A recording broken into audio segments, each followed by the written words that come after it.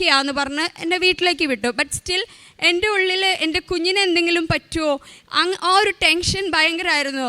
അപ്പോൾ എൻ്റെ ജീവിത പങ്കാളിയും എൻ്റെ മാതാവും എല്ലാവരും പറയുന്നുണ്ടായിരുന്നു, അമ്മ മാതാവും തിരുക്കുമാരനും നിനക്ക് തന്ന കുഞ്ഞാണെങ്കിൽ ആരോഗ്യത്തോടു കൂടി തന്നെ നിനക്ക് ആ കുഞ്ഞിനെ ലഭിക്കുമെന്ന്.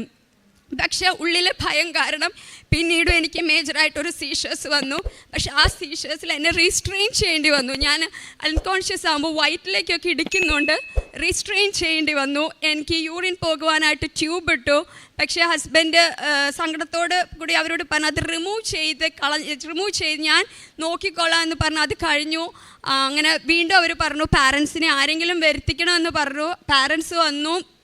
അങ്ങനെ അവർ പറഞ്ഞു പെട്ടെന്ന് തന്നെ, അതായത് എത്രയും പെട്ടെന്ന് സി സെക്ഷൻ ചെയ്യണമെന്ന് പറഞ്ഞു. പക്ഷെ അതിനു മുമ്പ് ഇവർ എൻ്റെ സീഷേഴ്സിൻ്റെ മെഡിക്കേഷൻ ഡബിൾ ദ ഡോസ് ആക്കി. ഞാൻ 600 700 mg വെച്ച് കഴിച്ചിരുന്നെടുത്ത് 1500 600 mg medication twice A day ഒക്കെ കഴിച്ചു തുടങ്ങി.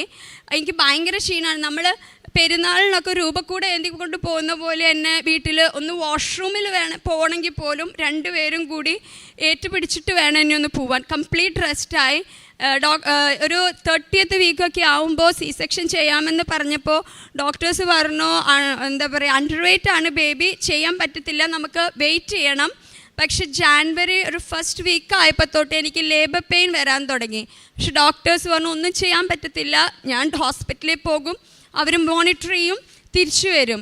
അവർ ബേബിക്ക് വെയിറ്റ് കുറവായതുകൊണ്ട് അവർ പറഞ്ഞു നമുക്ക് വെയിറ്റ് ചെയ്യാമെന്ന്.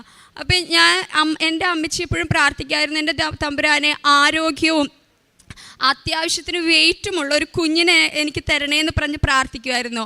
അതിൻ്റെ ഫലമായിട്ട് എനിക്ക് ഒരു 36th വീക്കായപ്പോൾ എന്നെ സി സെക്ഷന് അഡ്മിറ്റ് ചെയ്യാൻ പറഞ്ഞു. പോകുന്നതിന് മുമ്പായിട്ട് അമ്മച്ചി ഉടമ്പടി തൈലം എനിക്ക് കുരിശടയാളം വരച്ച് തേനും ഉപ്പും എല്ലാം തന്നിട്ടാണ് എന്നെ വിട്ടത്.